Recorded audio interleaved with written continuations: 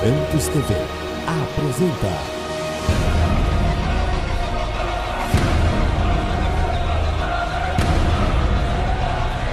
mensagens que edificam,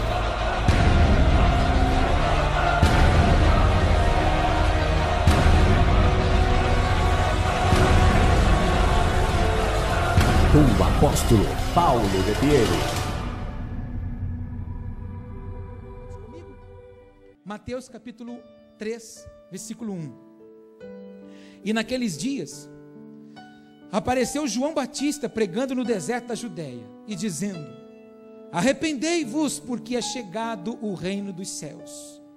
Porque este é o anunciado pelo profeta Isaías, que diz: voz do que clama no deserto, preparai o caminho do Senhor, endireitai as suas veredas. E este João tinha a sua veste de pelos de camelo e um cinto de couro em torno dos seus lombos, e alimentava-se de gafanhotos e de mel silvestre. Aqui é como nós deveríamos olhar para as nossas vestes. Olha que veste moderna que tinha o profeta, uma roupa de carneiro, de lã, e aí um cinto só que demarcava, que separava que era homem e mulher. Os homens usavam um cinto e as mulheres usavam a roupa solta. E a comida dele era um banquete como a gente tem hoje, os fast food da vida, a possibilidade de olhar no cardápio e fazer escolha. A comida dele era gafanhoto e mel silvestre. Olha que coisa boa. Fala para o teu irmão: imaginou você comendo gafanhoto? Agora manda a segunda palavra, ó, nojentinho do jeito que você é, comendo gafanhoto. Você já percebeu que de vez em quando tem cada comida boa na sua casa, você fala assim: é isso que tem? Come gafanhoto. Não está contente com a comida que tem em casa? Vai comer gafanhoto, vai comer melzinho silvestre. Mas deixa isso para outro culto, tá? Vamos seguir. Então, ia ter com ele Jerusalém e toda a Judéia e toda a província adjacente ao Jordão, e eram por ele batizados no rio Jordão, confessando os seus pecados. E vendo ele muitos dos fariseus e dos saduceus que vinham ao seu batismo, dizia-lhes: raça de víboras, quem vos ensinou a fugir da ira futura? Produzi, pois, frutos dignos de arrependimento. Fala isso comigo: produzir frutos dignos de arrependimento. E não presumais de vós mesmos, dizendo: temos por pai a Abraão. Porque eu vos digo que mesmo destas pedras Deus pode suscitar filhos a Abraão. E também agora está posto o machado à raiz das árvores. Toda árvore, pois, que não produz bom fruto, é cortada e lançada no fogo. Eu queria que você marcasse esse texto. Nós vamos voltar nele aqui. Só vamos fazer uma leitura de um salmo, que é o Salmo 51. Marque aí e vamos no Salmo 51.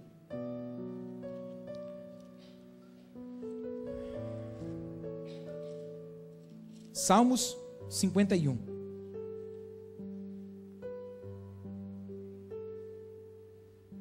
Esse Salmo 51 deveria ser um salmo de cabeceira nosso. Deveria ficar aberto sempre nas nossas Bíblias e nós lê-lo sempre. Esse aqui é a canção que Davi canta quando ele confessa a Deus o pecado que ele cometeu adulterando com Batseba. E aí no versículo 10, ele brada. Eu imagino que ele canta com seu coração sangrando e com seus olhos derramando lágrimas. Ele diz: cria em mim, ó Deus, um coração puro, e renova em mim um espírito reto. Não me lances fora da tua presença, e não retires de mim o teu Espírito Santo. Olha o que ele fala: não retira de mim o teu Espírito Santo. 12. Torna a dar-me a alegria da tua salvação, e sustém-me com um espírito voluntário. Olha o que ele fala: eu quero isso, no versículo 13. Então ensinarei aos transgressores os teus caminhos, e os pecadores a ti se converterão. Olha o que ele pede. Ele fala: Senhor, eu reconheço que eu falhei, que eu errei, mas não tira de mim não o seu espírito. Dá para mim um coração reto, um coração puro, porque se o Senhor fizer isso, certamente, Pai, eu vou ensinar a todos aqueles que transgridem para que andem contigo, e os pecadores vão se converter ao Senhor. Eu não quero nada para mim, Senhor, eu quero para que o Senhor cresça, para que o Senhor se estabeleça, assim como nós cantamos hoje, que eu diminua e o Senhor cresça, muito mais do Senhor e muito menos de mim. Aí no versículo 17, ele brada: os sacrifícios para Deus são o espírito quebrantado, a um coração quebrantado e contrito não desprezarás, ó Deus. Quem tem ouvidos para ouvir, diga glória a Deus. Espírito Santo, nos ajude a entender aquilo que o Senhor tem a falar ao nosso espírito, que as muralhas, os mecanismos de defesa que nós criamos, muitas vezes reprovando a Tua palavra, sejam mais uma vez vencidos agora, e que o nosso coração não nos engane acerca daquilo que o Senhor tem a falar conosco. Instrua-nos, Pai. Sabemos que o Senhor é um Pai zeloso, e o Senhor instrui os Teus filhos, porque tem a perspectiva e a esperança de que nós andemos segundo os anseios da Tua palavra. É isso que nós desejamos agora, em nome de Jesus. Diga comigo, Espírito Santo, fale comigo agora, não o que eu gosto de ouvir, mas o que eu preciso ouvir. Eu disse a vocês que o Espírito Santo ministrou ao meu espírito, de que esse domingo que antecede o domingo que nós vamos tratar de encher-se do Espírito Santo, o Senhor me disse claramente, com uma voz muito nítida, parecia que tinha alguém comigo no escritório. Ele disse: Paulo, é impossível que a pessoa seja cheia do Espírito Santo, sim, que haja quebrantamento. E quando nós vamos para a palavra quebrantamento, ela vem do verbo, ou da palavra quebrar. Então quebrantamento é quando eu me quebro diante do Senhor, é quando verdadeiramente eu me desfaleço, me despedaço ante o Senhor. E o quebrantamento só é possível vir em minha vida quando há de fato um arrependimento em mim. É impossível haver quebrantamento na vida de uma pessoa sem que haja arrependimento. E arrependimento é a convicção certa de eu reconhecer algo que eu fiz e que eu nunca mais quero fazer. Isso é arrependimento.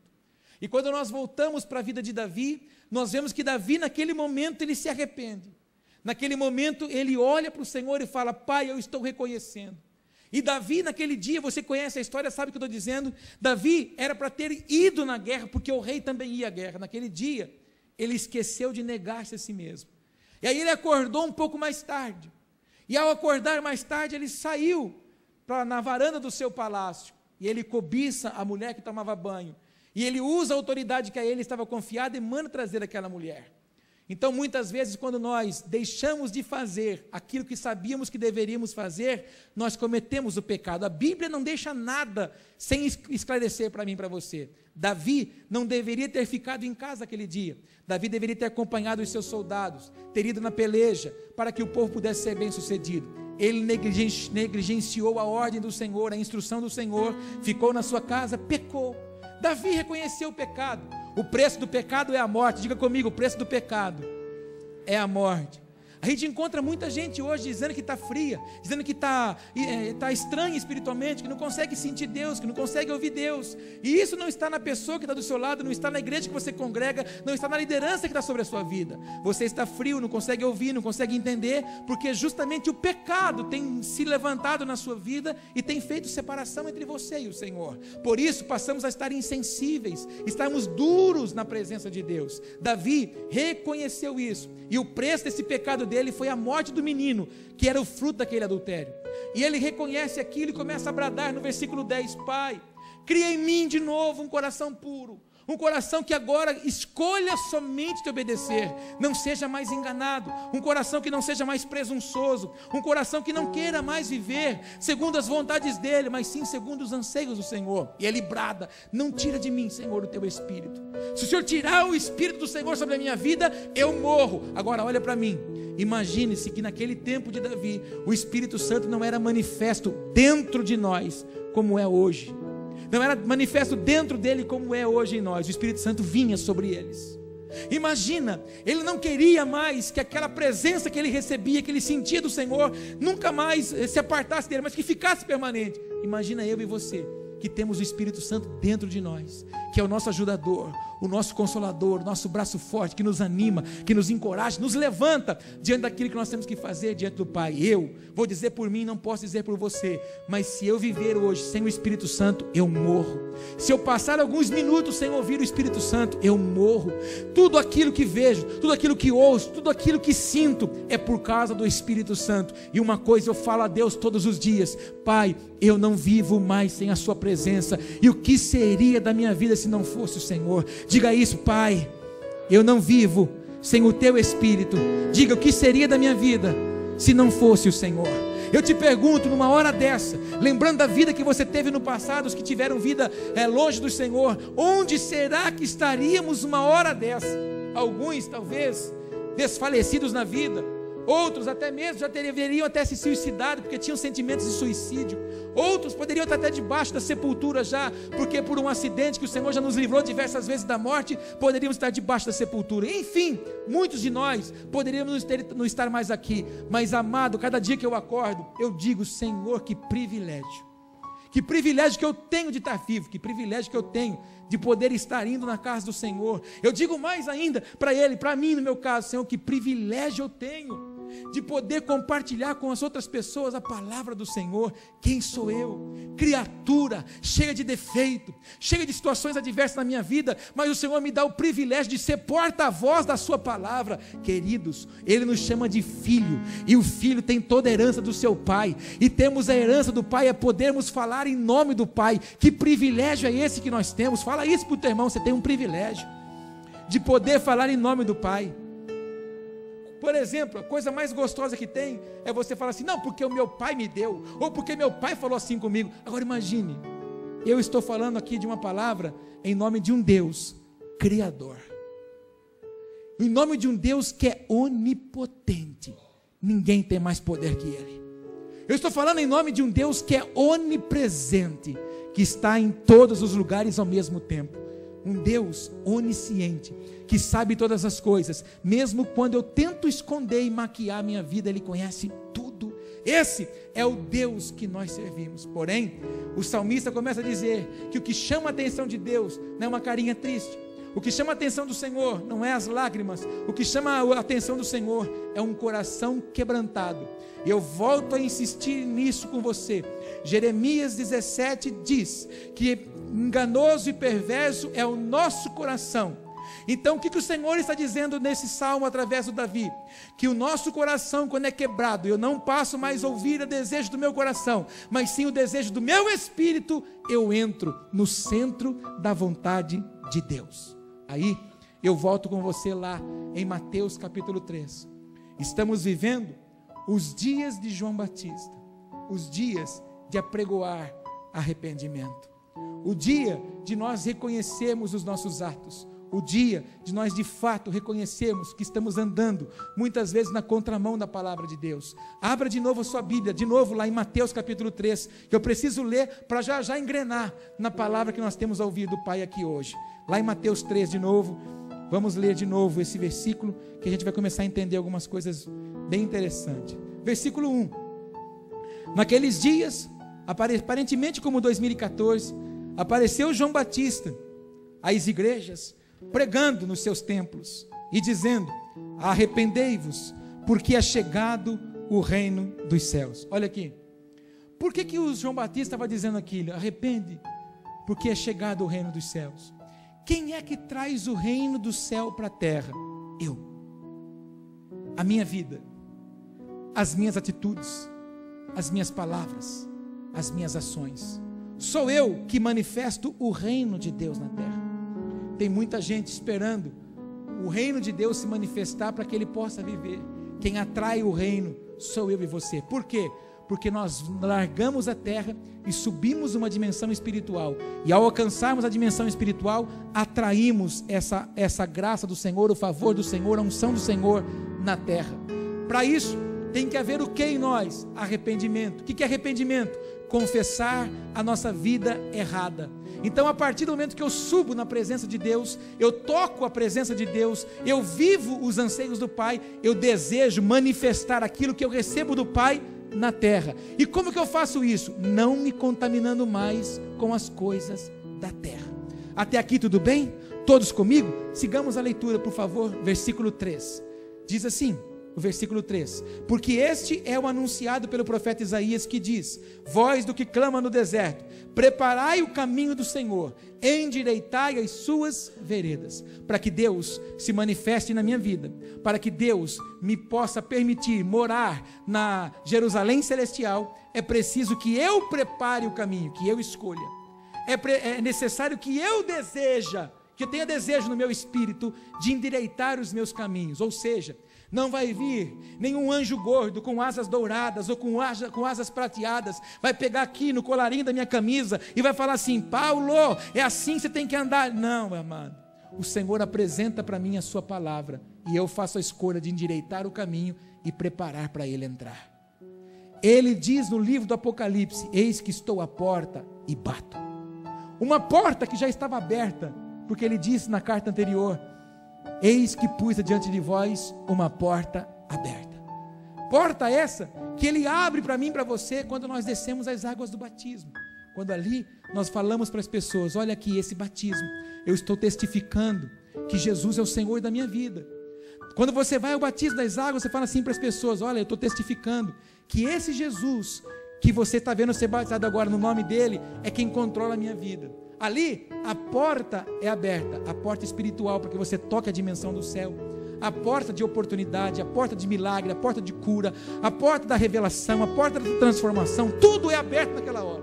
Porém, todos nós desejamos os milagres de Deus. Quantos desejam o milagre de Deus? Fala aleluia. Porém, todos nós desejamos a prosperidade de Deus. Quantos desejam? Fala amém.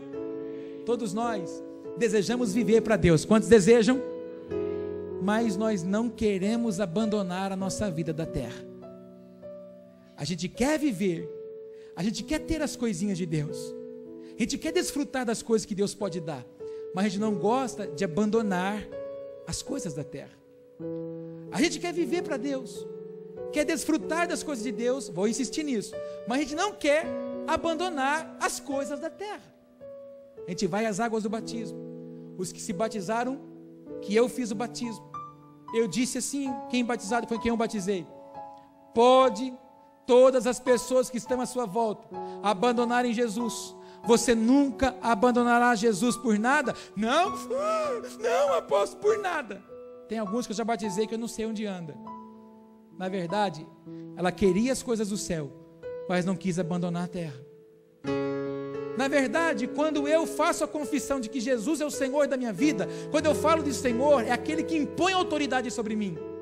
Mas quando Jesus me ordena a ter uma vida santa, mas quando Jesus me ordena a ter uma vida separada do mundo, quando Jesus me ordena a ter uma vida separada do pecado, quando Jesus me ensina a largar o paganismo, festas pagãs, estamos entrando numa agora, onde as casas vão ser contaminadas por enfeites pagãos, e as pessoas acham que Jesus está simbolizado naquele hominho gordo. Não está. Até porque a Bíblia não ensina a gente a celebrar o nascimento de Jesus. A Bíblia só nos ensina a celebrar a morte de Jesus. Porque a morte de Jesus simboliza para mim e para você passagem. Sair do Egito para entrar numa terra nova. Quando o Senhor nos ensina a largar o paganismo, a gente não quer, porque a gente quer viver segundo a modernidade do mundo. Quando o Senhor nos chama para viver em santidade, nós queremos as coisas de Deus, mas nós queremos continuar vivendo nos mesmos ciclos sociais que a gente vivia. A gente quer continuar cantando as nossas piadas sujas, a gente quer continuar ainda tomando de vez em quando um golinho, porque isso daí me faz relaxar. A gente quer, na verdade, quer ter uma vida social normal, mas na verdade a gente precisa olhar para aquilo que o Senhor tem pedido a nós. A gente quer ter uma vida com Jesus, a gente quer desfrutar das coisas de Deus, a gente quer desfrutar de uma unção, de uma graça, de um favor, de um dom, mas a gente na verdade ainda quer continuar usando as mesmas roupas imorais que a gente usava. A gente na verdade quer fazer a obra de Deus, a gente quer pregar o Evangelho, a gente quer evangelizar, a gente quer anunciar as boas novas, queremos cantar, queremos enfim fazer coisas teatrais, queremos fazer dança, queremos fazer, dar aula, queremos fazer todas as atividades da igreja, mas não queremos mudar os nossos linguajares, nós não queremos mudar a forma de falar, queremos continuar falando os mesmos palavrões, as mesmas gírias. Falava aqui na Clínica da Alma, invadiu uma gíria de gangue dentro das igrejas e a igreja não está vendo. Quando você vê preso falando, pega os jornais aí da televisão e fica vendo quando eles põem as gravações dos presos falando um com o outro pelo telefone. Mano, por que, mano? E não sei o que, mano. E as igrejas hoje, as pessoas chegam e falam: e aí, mano? A linguajar da gangue está entrando nas igrejas. Nós estamos trazendo o que é impuro para dentro daquilo que deveria ser santo. Na verdade, irmão, não é o diabo que profana, somos nós que trazemos a profanação. Porque na verdade não queremos ter frutos dignos de arrependimento. A minha palavra é essa. O profeta olhou para os fariseus e para os saduceus, olhou para eles e falou assim: ah é? Povo que fala que faz, mas não faz, raça de víbora, vocês precisam entender quais são os seus frutos. Eles são frutos dignos de arrependimento? O que o profeta estava dizendo? Vocês estão querendo se batizar para mostrar para os outros que tem uma vida nova, né? Mas continua tendo uma vida totalmente errada. Você veio aqui, apóstolo, para dar lição de moral em nós? Não, eu só vim aqui te perguntar e te fazer lembrar quais são os frutos que a minha vida e a sua têm exalado. O João diz que os nossos frutos têm que ser frutos de arrependimento. Frutos esses que as pessoas devem olhar e falar assim: meu Deus, o Paulo, aquele, agora, é esse. As pessoas têm que olhar em nós e falar assim: não acredito que você é crente agora. Mas você era da todas, encharcava até cair, o cachorro lambia a sua boca, agora você é crente, prega o evangelho. Fruto digno de arrependimento. Amado, desses artistas todos aí que se converteram, se tem um que de fato é crente, chama Joana Prado, a mulher do Vitor Belfort. Quando ela vai fazer entrevistas em programas, ela já fala assim: se vocês colocarem imagens minhas de quando eu fiz um personagem chamado Feiticeira, eu não vou nesse programa. Aí as pessoas perguntam para ela: por que você não vem? Porque eu não sou digna de visualizar aquilo que fiz no tempo da ignorância. Aquilo para mim não serve para mais nada. Eu não aceito mais aquilo na minha vida.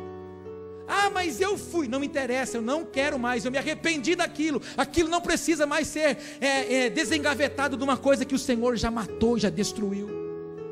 Quando as pessoas olham para ela, vem de fato mudança nela.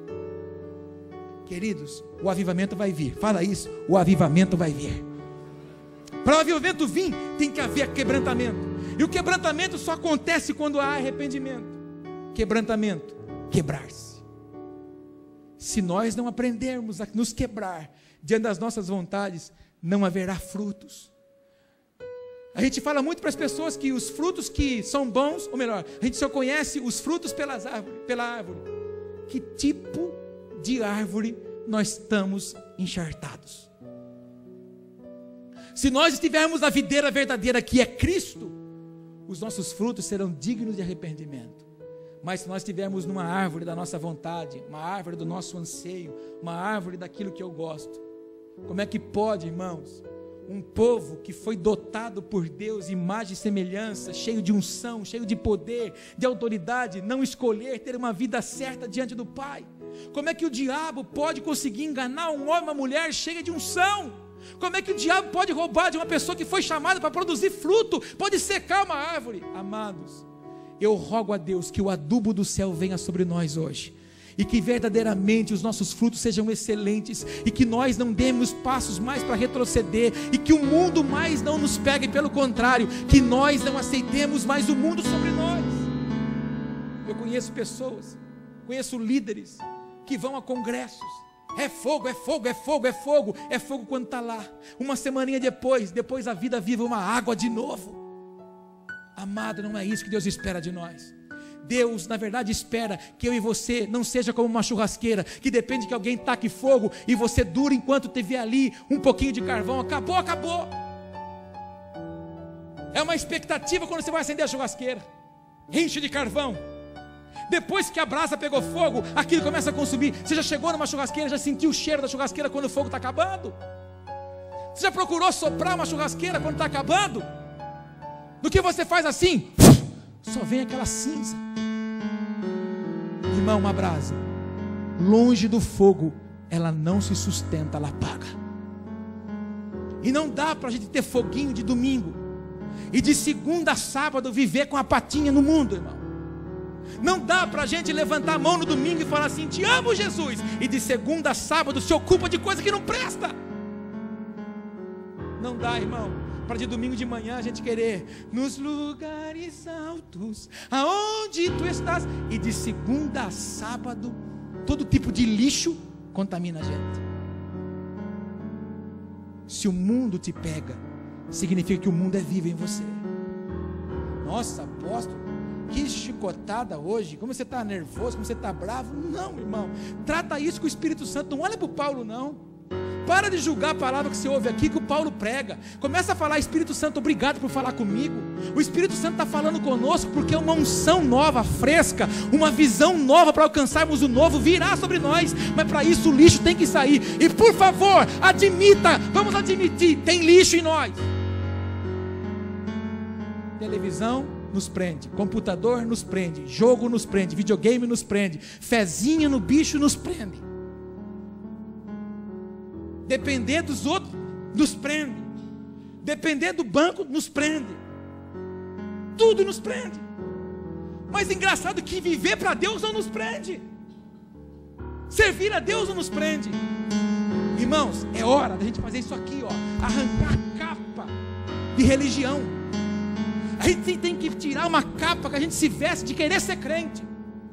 A gente tem que tirar de nós o vocabulário de crente e pôr o vocabulário de adorador. A gente tem que parar de querer exalar para os outros que não é. A gente tem que parar de querer mostrar para os outros que não faz. Não se cobra de alguém o que você não faz, e não se dá a lição de moral nos outros daquilo que não se vive. Para eu pregar aqui, irmão, para eu poder falar isso aqui, o Espírito Santo primeiro tratou a minha vida. Para eu poder pregar para você de que vale a pena renunciar, matar a sua vida, eu precisei matar a minha vida. Para eu dizer para você que vale a pena matar os seus sonhos para viver os sonhos de Deus, eu precisei matar os meus. Todo dia eu mato um. Ou você acha que eu não tenho sonho, ou você acha que eu abri uma igreja para ganhar dinheiro. Minha esposa é testemunha viva, os meus pais são testemunha viva, as minhas irmãs são testemunha viva do que eu precisei viver e passar para poder aceitar isso aqui. O meu chamado, o seu chamado nunca será naquilo que você gosta de fazer. Deus nunca vai te usar naquilo que você quer. Deus nunca vai fazer aquilo que você deseja. Deus vai fazer aquilo que você tem que renunciar. Deus trabalha assim. Por quê? Porque se Ele fizer aquilo que eu gosto, Ele vai fazer aquilo que o Paulo quer. Na verdade não é isso que Ele nos ensina. É necessário que eu faça o que Ele quer. Para eu fazer o que Ele quer, eu tenho que morrer. Eu larguei os meus sonhos. Eu já contei para vocês aqui, vocês sabem, os mais velhos sabem. Irmãos, eu sonhava, eu tinha desejo de administrar a empresa dos outros. Eu tinha desejo de cuidar, eu me preparei para isso, estudei, me especializei. Eu sou muito atrevido, eu gosto de aprender muito mesmo. E fui aprendendo, tudo eu faço. Eu trabalhei alguns anos no supermercado. Eu olhava um moço fazendo cartaz, eu falava: eu preciso aprender como esse cara. Nunca teve uma letra boa, mas um dia, sozinho, catei um pedaço de cartolina, peguei o pincel e falei: Senhor, nem conhecia o Senhor, falava que conhecia, falei: eu preciso fazer, eu sei que se Ele faz, eu também posso fazer. Depois eu passei a ser o cartazista do lugar que eu trabalhava. Em tudo eu me atrevo, porque era isso. Quando eu estava no melhor momento meu, sonhos sendo realizados, com 2 anos de casamento nós conseguimos comprar nossa casa, pudemos fazer uma reforma na casa, reformamos mais ou menos do jeito que a gente queria. Conseguimos colocar alguns móveis que nós desejávamos ali. Deus foi nos abençoando. E aí faltava um passo. Já contei para vocês que era poder um dia entrar numa concessionária e falar assim para a esposa: qual carro que você quer mesmo, bem? Vamos entrar nele, sentir o cheirinho de carro novo. Vamos pegar, vamos morder o plástico e vamos arrancar. Aleluia! Vamos entrar ali e vamos sair no documento nosso, proprietário anterior, nota fiscal. Desejo. A gente estava pronto para fazer isso. O Senhor disse assim: Paulo, eis que pus adiante de você uma porta aberta, a qual ninguém pode fechar. E se você não pegar isso que eu tenho diante de você, eu tiro de você o que você tem de mais precioso. Vocês conhecem a história? O mais precioso que eu tinha na época era esse menino bonito aqui, que tem a cara do pai e os olhos da mãe. Eu precisei abandonar o que eu tinha de vontade. Sabe para quê? Sabe para quê que eu abandonei? Para fazer a vontade de Deus e ser caluniado pelos outros, ser criticado pelos outros quando as portas da igreja se fecham, quando as pessoas chegam nas suas casas, elas criticam. Eu abandonei o meu sonho de ter recursos financeiros meus próprios, que eu ganhei com o meu suor, para poder passar por uma humilhação às vezes no supermercado, que as pessoas nos veem com o carrinho e vai ver o que tem no carrinho. Quando as pessoas se veem com uma roupa nova, ela olha como se estivesse falando assim: ah lá, tem porque eu dei o dinheiro. Mas eu precisei morrer.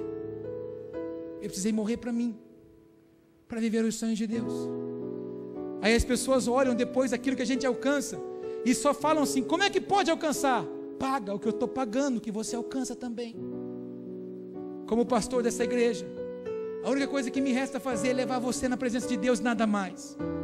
Se eu conseguir levar você a viver única e exclusivamente para o Senhor, eu cumpri o que Deus queria que eu fizesse aqui na terra. Mas amado, enquanto eu não conseguir fazer isso, a minha voz não vai calar, o meu fôlego não vai calar, o meu ânimo não vai acabar. Outro dia eu estava meio cansado, outro dia eu estava meio estressado, estava meio emburrado com algumas coisas, e é bom ter profeta em casa. Aí a minha esposa me chega do meu lado, uma voz profética e disse: Paulo, não é assim. Existem pessoas que a gente tem que pegar na mão e tem que arrastá-las. Algumas a gente fala e elas vão, mas outras tem que pegar na mão e levá-las.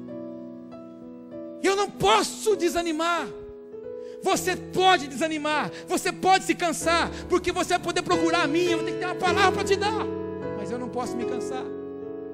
Disse para os irmãos ontem à noite: se você quiser ficar na sua casa, pode ficar, são 3 dias de ministração, mas eu não posso ficar.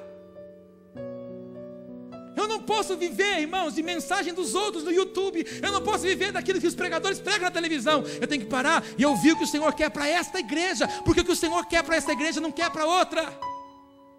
Não existe igreja igual. Você não é igual a ninguém. Você nasceu para fazer a diferença, mas ser diferente, irmão, é caro. Fala para o teu irmão: você nasceu para ser diferente. Fale: para ser diferente, você não pode ter os sonhos dos outros na sua vida. Fala: você tem que ter o sonho de Deus manifesto em você. O João brada, irmão. O João fala para aquele povo: seus víboras, suas serpentes, traiçoeiros. Vocês estão querendo aparecer para os outros que são crentes, mas por trás das cortinas você quer viver como qualquer um vive. João rasga aquele povo. João rebenta aquele povo na palavra. Ele diz para eles: olha, manifestem frutos dignos de arrependimento. Aí ele lança uma palavra: vocês querem aparecer filho de Abraão, detentor de promessa? Se o Senhor quiser, ele levanta filho da pedra. Esse texto aí, eu tomei uma chicotada no lombo quando eu estava em Israel. Você começa a andar em volta das muralhas do templo, no Davidson Center, num lugar que tem as pedras ali que está sendo restaurado. Você começa a andar, o Espírito Santo começa a falar: Paulo, se não quiser ouvir a palavra, se não quiser crer na palavra, essas pedras falam com você. As pedras em Jerusalém falam com a gente. E você acha que Deus precisa de nós? Se Ele quiser, Ele abate hoje, levanta outro melhor que nós. E se não levantar outro, as pedras adoram a Ele. Que jeito? Vai no rio e vê. Correnteza do rio Jaú, por exemplo, quando vem naquelas caídas assim, as pedras rolam, bate uma com a outra, adora a Deus. Quando os carros passam aí nesse asfalto que está fazendo agora, que as pedrinhas pulam uma com a outra, o fato delas pularem uma com a outra, elas estão batendo, estão emitindo som. Levante sua perna direita, bate no chão, a esquerda. É adorar a Deus, irmão, emitir o som. Mesmo quando você está lá, e estrala tudo seus ossos, você não aguenta mais, você está cansado, você está adorando a Deus. O importa é que nós adoremos ao Senhor. Nós precisamos entender que se eu não quiser fazer, Deus levanta outro que faz melhor. Mas por favor, ai meu Deus do céu, fala para o teu irmão, se prepara. Fala: vai machucar as costas agora. Eu sei que até agora está doendo, né? Porque doeu em mim também. Antes de falar isso aqui, eu também tomei essa chicotada. Deixa eu falar uma coisa para você. Se você for fazer as coisas para Deus, não faz de qualquer jeito. Se for para você fazer de qualquer jeito, não faz. Se não for para você ser santo, nem escolha falar que você serve a Deus. Se for para você fazer as coisas de Deus de qualquer jeito, de qualquer coisa, irmão, pelo amor de Deus, não faz isso. De qualquer jeito, irmão, é mostrar para Ele de que Ele não merece toda a honra, toda a glória, todo o louvor e toda a adoração. O que Ele fez por mim, se eu viver o resto da minha vida servindo a Ele, não paga. Deixa eu te contar uma coisa. Houve uma época da minha vida que a soberba imperava no meu espírito. Eu tinha um bom cargo, tinha uma roupa boa, carro bom. E aí quando eu conheci Jesus, através da vida de um moço que me evangelizou, o Senhor teve que passar o rodo em mim. O Senhor teve que tirar tudo que eu me apegava. O Senhor teve que tirar tudo aquilo que me apoiava, que eu me sustentava. E aí eu comecei tudo de novo. Tudo que eu tinha eu perdi. Tudo que eu ostentava, eu perdi o apoio. Queridos, é assim que Deus faz quando a gente não ouve a voz dele. É assim que Deus faz quando a gente não ouve a instrução dele. Deus começa a tirar os nossos apoios, justamente para que a gente passe a ouvir a voz dele. A gente fale: Pai, fala porque o teu servo ouve. Não permita que esse estágio chegue em você, que o Senhor comece a tirar coisas para que você possa ver que Ele está falando com você e quer que você se mova. E eu vou falar mais: tem pessoas aqui que Deus não usa mais porque você não se arrumou para Ele. Tem que se arrumar para o Senhor todos os dias. Repete comigo: eu sou noiva de Jesus. Pergunta para esse irmão: você deseja ser noiva de Jesus? Quantos desejam ser noivo? Vamos contar um pouquinho de casamento. Eu tenho mais 2 minutos para falar. Quem já se casou, você lembra do dia do seu casamento? Ai, apóstolo, que lindo que foi aquele dia. Então, você colocou um trapo, olha lá. Olha, lembra do dia, irmã? Você colocou um trapo. Aí quando você entrou, todo mundo levantou. Todo mundo olhou para você. Ah, brilhava. Só faltou colocar uma lanterna em cima, assim, um farolete. Só faltou colocar laser no vestido. Aí você veio para a igreja, toda linda, perfumada, cabelo preparado. Começou 9 da manhã a arrumar o cabelo, para casar às 8 da noite. E aquela cachopa estava pronta. Oh, aleluia. Quase que derrubava uma muralha na cabeçada. Linda, né? Mas olha aqui para mim. Acabou o casamento, tirou o vestido, a maquiagem e a química do cabelo, a gente volta à realidade.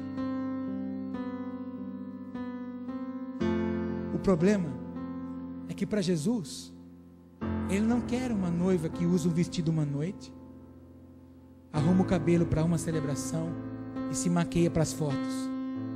Ele quer uma noiva que deseja viver com Ele, limpa e adornada, sem mácula, sem ruga, sem mancha.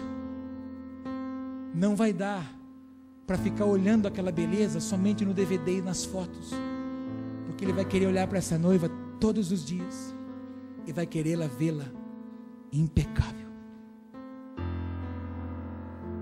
E meu chamado é para preparar uma igreja para ser uma noiva.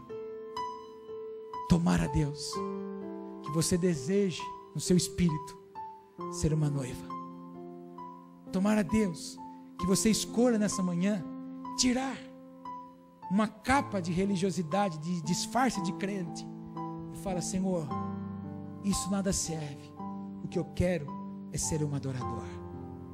O que eu quero é verdadeiramente não ter caso contigo, mas viver contigo. Eu não quero mais que as minhas vestes andem na contramão do Senhor. Eu não quero mais que os meus lábios desagradem o Senhor. Eu não quero mais, Senhor, emprestar o meu ouvido para ouvir conversa fiada dos outros, principalmente quando vão meter pau nos meus irmãos. Não, Senhor, o meu ouvido não é lixo, e muito mais a minha boca não é uma espada para ferir a vida dos outros. Não vou atacar ninguém com as minhas palavras, porque na verdade eu sou noiva. Eu não desejo mais, preciso ter fruto, Senhor, de arrependimento.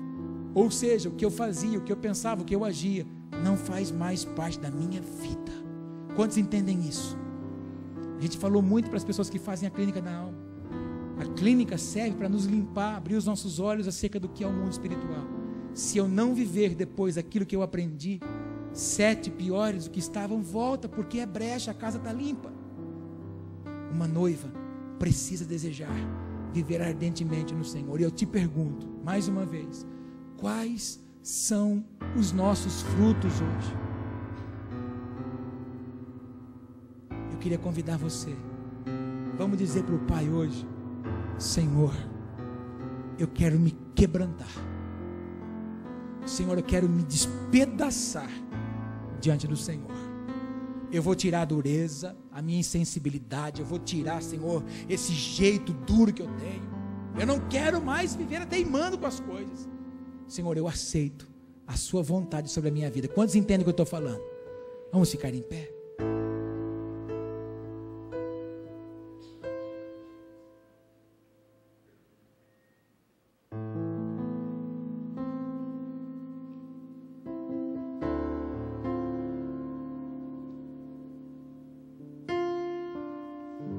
Apóstolo, você foi muito duro hoje com a gente. Deixa eu falar uma coisa para você, olha bem para mim. Eu vou ser bem transparente com você. Já passou da hora da igreja de Jesus ficar dando motivo para as pessoas falarem da igreja. Chegou, ou melhor, já passou da hora da igreja ser igreja. Já chegou o tempo da gente falar as coisas, mas não viver. A igreja evangélica no Brasil está perdendo crédito.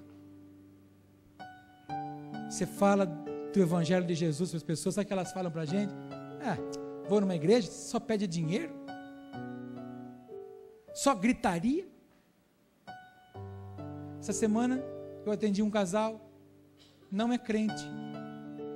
Ele disse assim: sabe por que eu não vou na igreja? Eu falei: por quê? Porque os crentes parecem loucos. Os crentes gritam, pulam, rodopiam, fazem uns negócios que a gente não está entendendo nada. Irmãos, eu entendo que é a manifestação do Espírito, mas os profetas dominam o Espírito. E se concorda comigo que há muito exagero em algumas coisas. Existem movimentos que existem mais do homem do que de Deus ali. A igreja precisa ser sensível ao Espírito Santo. A igreja precisa causar mudança na sociedade. A igreja não tem que ser agradável para a sociedade, ela tem que causar uma mudança na sociedade. A sociedade tem que olhar para a igreja e falar assim: nós precisamos viver como esse povo vive. Os políticos têm que olhar para as igrejas e falar: meu Deus, se nós não estivermos debaixo da bênção daquele povo, nós não podemos fazer nada. Mas não, eles vêm e chamam as igrejas como se chama cachorro, oferecendo um dinheiro para fazer isso, para fazer aquilo, e muitos vão nessa oferta. A igreja está perdendo a identidade, irmão. Por isso que não alcança o seu destino profético. Ei, deixa eu te contar uma coisa, já falei isso aqui 1000 vezes. Até o ano 2030, os muçulmanos têm um alvo: 50% da população do planeta eles querem alcançar. Sabe o que eles estão fazendo? Treinando o povo deles. Sabe o que eles estão fazendo? Se trancando em salas e conhecendo e desfrutando de habilidades pelo Alcorão. E nós, cada dia que passa, estamos distanciando mais da palavra, porque queremos viver as nossas vidas, queremos viver as nossas vontades, queremos ter mais tempo para as nossas coisas e menos tempo para Deus. Eu vou falar uma coisa para você que está ficando triste, mas se a igreja brasileira continuar como está, daqui a pouco os prédios das igrejas não vão ser mais prédios, vai ser uma sala, uma câmera e um pastor transmitindo online, e as pessoas deitadas nas suas camas, nos seus cafofos, nos seus sofás, porque a tecnologia hoje está roubando o desejo das pessoas de congregarem. Prova disso que a gente se fala mais online, ou via rede, ou via sistema, do que conversa em casa. Não tem mais mesa de comida nas casas, não tem mais olhar, não tem mais carinho, não tem mais abraço. A igreja está ficando assim. As pessoas estão vindo nas igrejas porque querem algo do seu umbigo. Nós estamos vindo na igreja porque a gente está buscando as coisas, mas esquecemos o princípio da igreja: cuidar do órfão, da viúva e do pobre. A gente está correndo tanto. E eu vou te contar uma coisa, não fique triste, mas nós estamos correndo igual o povo andou no deserto, em círculo. E quando anda em círculo, é satisfação própria. A teimosia nos faz não desfrutar de nada. Mas amados, Deus não quer isso de nós. Prova disso que Ele vem insistindo nesses assuntos conosco. Prova disso que Ele vem uma tocada atrás da outra. Quinta-feira mesmo Ele chamou a gente: que é isso? Está correndo? Está covardando por quê? Agora, Ele está falando conosco, meu Deus, produza frutos dignos de arrependimento. Outro dia encontrei um rapaz na rua, cumprimentei ele, estudamos juntos na faculdade, e eles me chamavam de Paulão, não sei porquê. E aí, Paulão? Falei, beleza. E aí, tá trampando aonde? Eu falei assim, cuidando das coisas do meu pai. Oh, que seu pai tem o que mesmo? Que empresa que é? Eu falei assim, igreja. Igreja? Eu falei, eu sou pastor. Não acredito. Eu falei assim, acredito, sou pastor. É isso que as pessoas precisam ver em nós. O Paulo que jogava truque e bebia com eles, o Paulo que contava as histórias, as piadas que eles gostavam de ouvir, hoje ele está vendo o Paulo que é um pregador do evangelho. E eu vou te contar uma coisa, irmão, onde eu e minha esposa vamos, junto com os nossos filhos, a gente tem que estar sempre andando justo e certo, porque nós estamos rodeados de uma nuvem grande de testemunho. Aonde você está, sempre vai ter um crente te olhando. E quando você estiver quase para tocar a mão no que é errado, o crente chega e fala assim, paz, irmão. Deixa eu te contar, se a gente não está preocupado em ser testemunha para os irmãos, quanto menos para o mundo, né? O que vai mudar a história da igreja no Brasil é o nosso testemunho. A hora que eu escolher ser santo, a hora que você escolher ser santo, tem lugares que você pode entrar, tem coisas que você poderia até falar, mas por amor à palavra, eu não entro, eu não falo, eu não faço. Tem alguém disposto a viver isso? Vamos orar? Eu queria orar diferente hoje. Eu queria convidar pessoas a fazer isso aqui hoje, aqui comigo, a se ajoelhar no altar, se você desejar, e dizer, Pai, eu estou simbolizando a minha vida agora, que de fato eu estou morrendo para mim. Eu não quero ser chamado de raça de víbora, mas eu quero ter frutos dignos de arrependimento. Nós vamos começar a adorar o Senhor. Se você desejar isso, não espere ninguém fazer isso.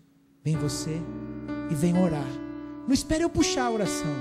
Vai orando você em cima do que você ouviu, porque nós sabemos o que nós temos que fazer, o que nós temos que fazer.